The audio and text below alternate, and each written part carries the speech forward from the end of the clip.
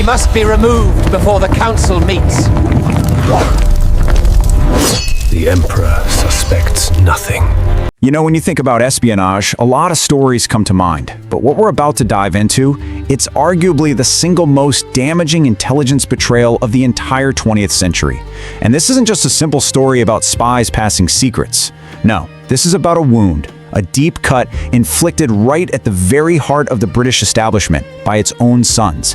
It's a wound that would go on to poison Western intelligence for decades and completely reshape the landscape of the Cold War. So that really gets us to the central mystery of it all, doesn't it? How did 5 of Britain's most privileged sons become the Soviet Union's most valuable assets? I mean, think about it. These guys weren't outsiders, recruited from the fringes of society. Far from it. They were the absolute elite of the elite, educated at Cambridge, practically born to rule. They were the ultimate insiders. So the question is, how on earth did they turn their backs on everything they were meant to inherit and instead dedicate their lives to destroying it? That's the real heart of this story. Alright, so to really get a feel for this story, we're not going to start at the beginning. That comes later. Instead, we're going to jump right into the middle of a chaos, to the exact moment this whole conspiracy first started to crack open, sending absolute shockwaves through the halls of power in London and all the way across the pond in Washington. So try to picture this. It's May 25th, 1951, a Friday evening in London. 2 senior British diplomats, Guy Burgess and Donald Maclean, just vanish. Poof, without a trace.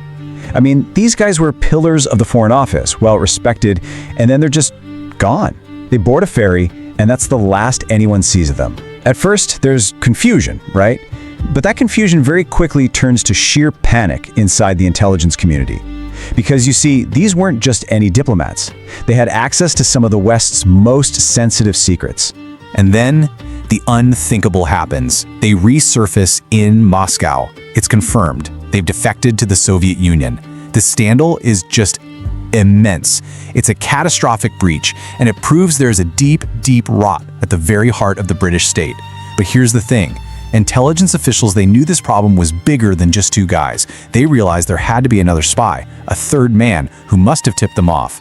And just like that, the hunt was on. And the prime suspect? Well, he was one of their own. So to really understand why they did it, we've got to go back in time. We're rewinding the clock to the 1930s, to the place where this whole thing really began, the hallowed halls of Cambridge University. This was the crucible, the place where their ideology was forged, right in the middle of a massive global crisis. You have to remember, the 1930s were a decade of absolute turmoil. The Great Depression kicks off in '29, and suddenly, capitalism looks like this failed, decaying system. Then, just a few years later, Hitler rises to power in Germany. So you've got this black tide of fascism washing over Europe.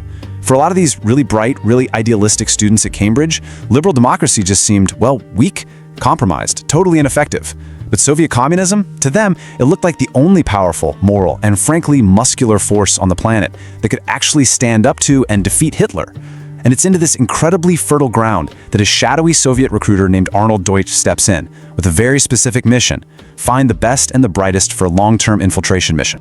And the instructions he gave to a young Kim Philby were, well, they were brutally direct.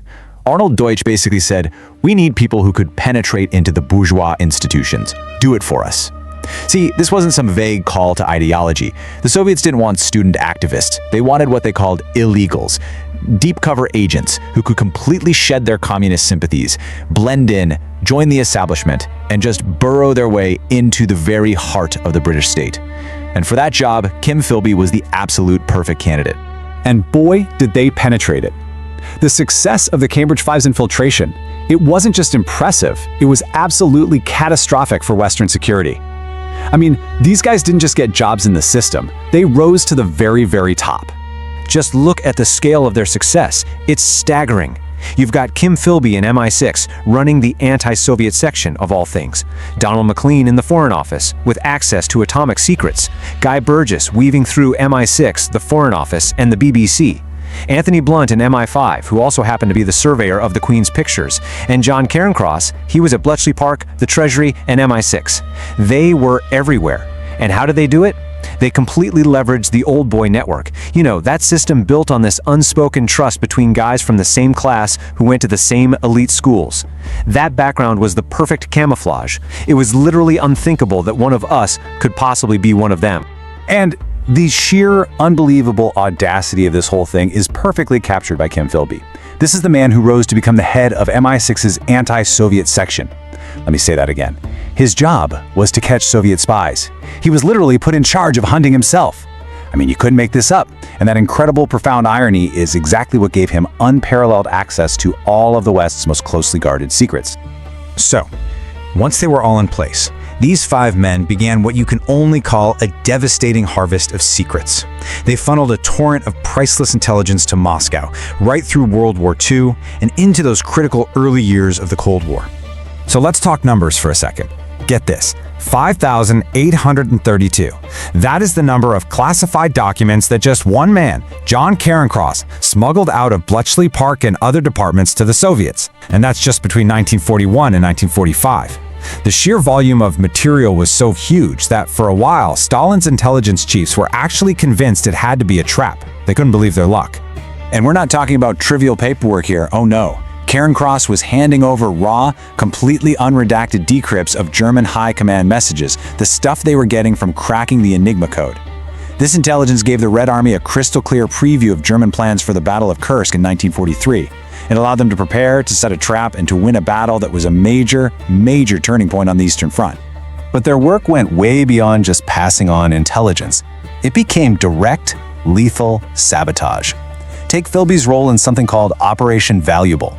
After the war, he was the trusted British liaison in Washington. So he's sitting in on all the top secret MI6 and CIA planning meetings for this plot to overthrow the communist government in Albania.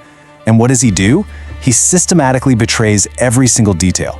He learned the exact landing zones, the drop times for anti-communist agents, and he relayed it all straight to his Soviet handlers.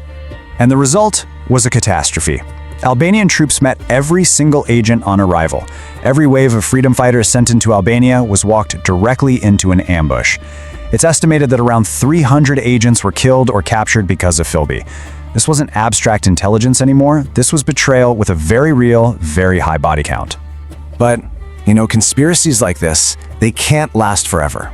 And ironically, the very success that put Philby right at the heart of the Anglo-American Intelligence Alliance in Washington, that would also be the key to his downfall.